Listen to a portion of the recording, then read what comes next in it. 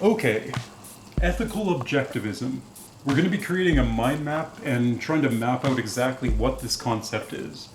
So, we've got so many different theories, we've got so many different aspects, so many different facets going on here. So, I think a good place to start would probably be Kant. So, of course, you've got Kant over here, and that's, well, essentially, it's essentially Kant right there. So you've got him, and he has this categorical imperative. So this is his probably most famous work. What he's most well known for, I think, is his categorical imperative. So let's just write this out. So categorical imperative. Categorical imperative. And yeah, this is Kant. Now, what this is basically entailing is this is one theory of ethical objectivism. So there's a bunch of different ethical objective theories, and Kant has his own, the categorical imperative. What the categorical imperative basically is, it's hard to actually simplify, but there's two different parts. So the first part I'll write down here, and second part. Second part is a little bit easier. So if I was to write the second part, it would be basically don't just treat people as means to ends. Don't just treat people as means to ends. Now, that one's pretty self-explanatory, but just to explain just the basics of it, it just means to not treat people as objects, basically. So don't just treat people as means to getting to your final end. So don't just use people to get to your final goal.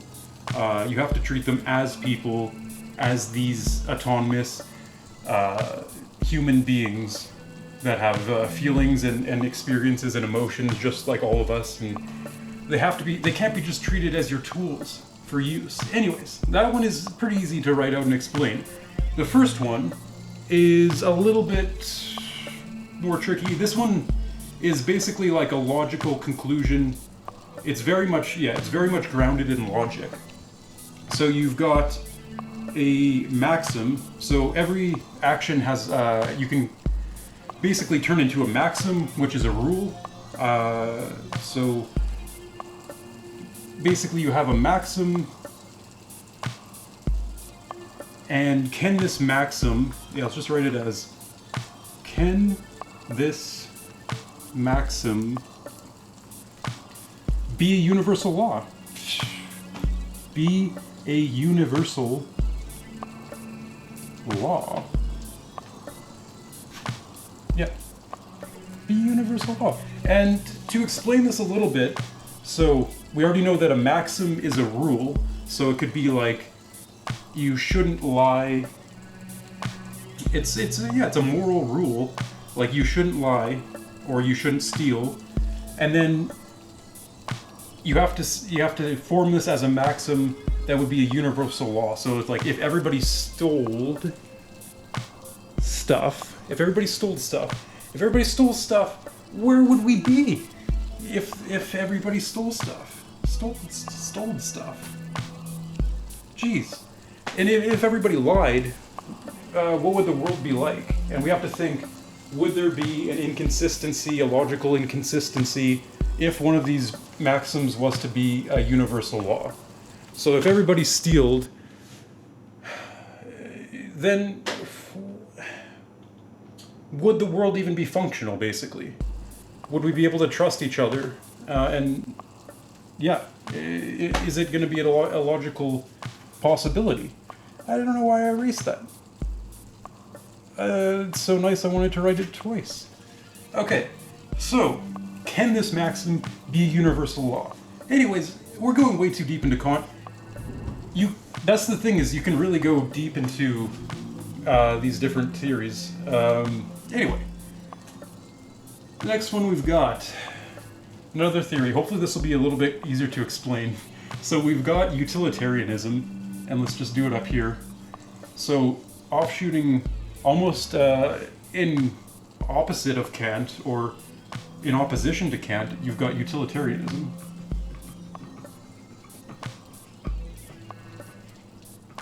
And I really see, whenever I think of utilitarianism, I think of gears. Just honestly, I don't have a good explanation for why I go exactly to the image of gears, but I think it has something to do with, those are terrible gears by the way, but I think it has something to do with that utilitarianism feels very mechanical.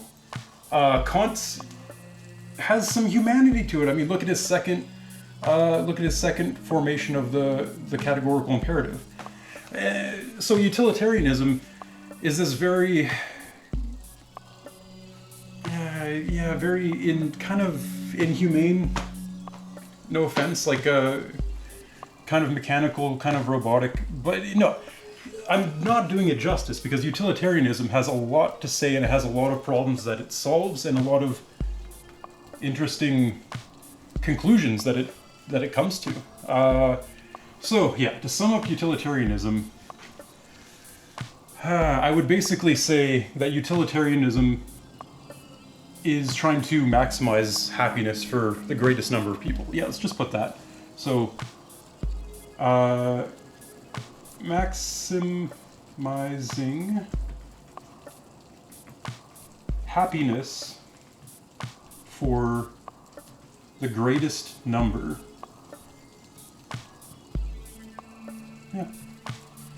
That's honestly the easiest way I think I can explain this. So maximizing happiness for the greatest number. And it makes sense. Like, happiness seems to be the thing that we're all after. And it seems best to try to make as many people happy as possible, and make as many, if someone's, the same is true for unhappiness too. Like, if somebody's in pain, you're trying to basically take away the pain and give happiness instead, if that makes sense. So you're trying to equal, it's basically like this scale.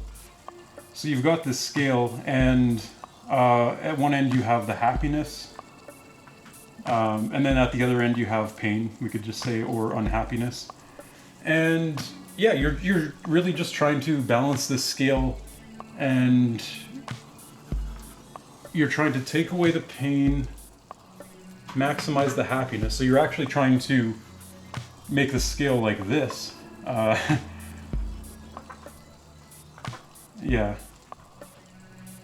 Really, you're trying to outweigh the pain for sure with happiness. Anyways, I don't know if that exactly captures it, but that's utilitarianism, is definitely in that one line, maximizing happiness for the greatest number of people.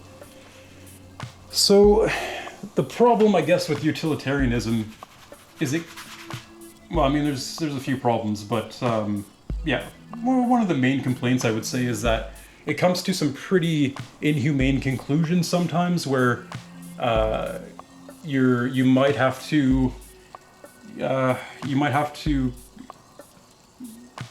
unfortunately kill some people, or ghosts, whatever that is.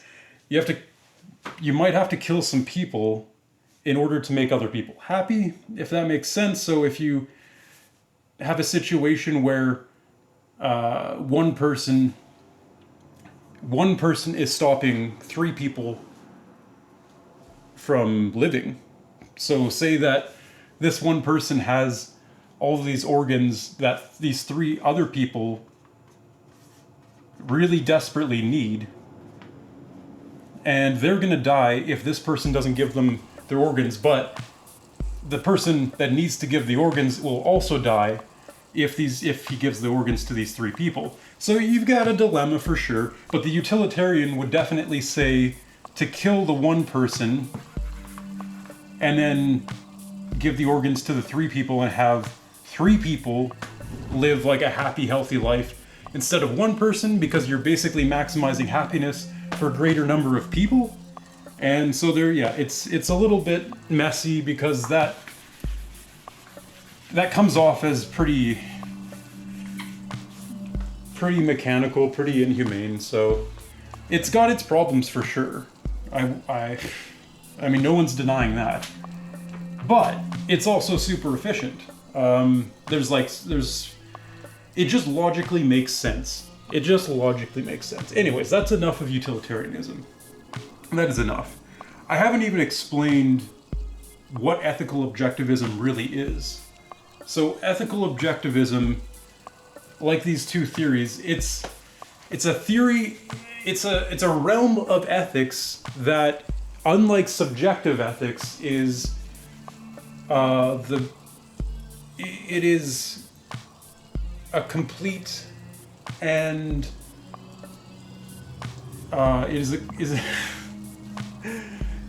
it's the greatest. It's the greatest rung on the ethical ladder, basically. So if you have like, let's do a ladder. So you've got like a ladder here. It would be at the top. So you'd have ethical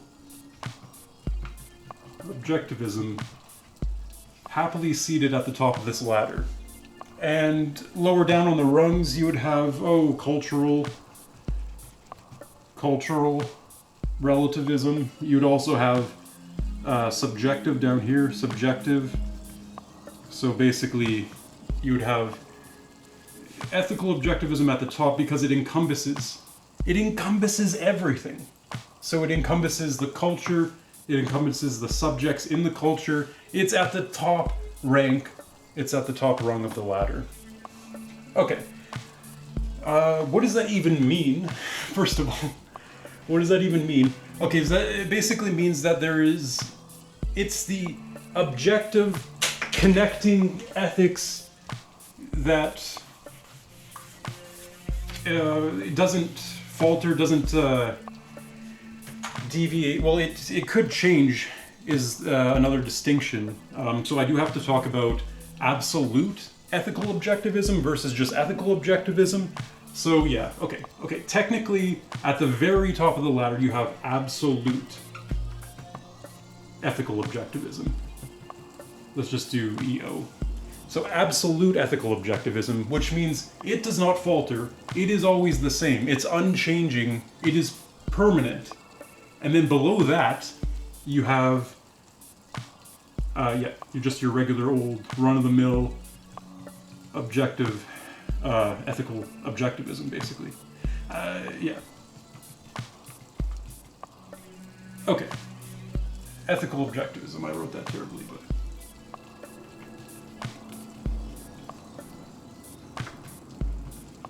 Okay, ethical.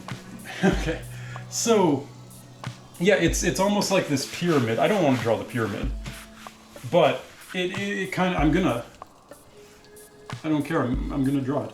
Okay, so then you've got absolutism. At the very top, you've got ethical objectivism. You've got cultural, and then you've got subjective ethical relativism.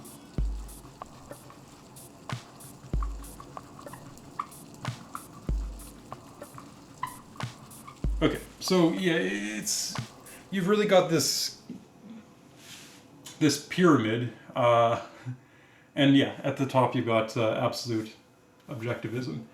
And yeah, so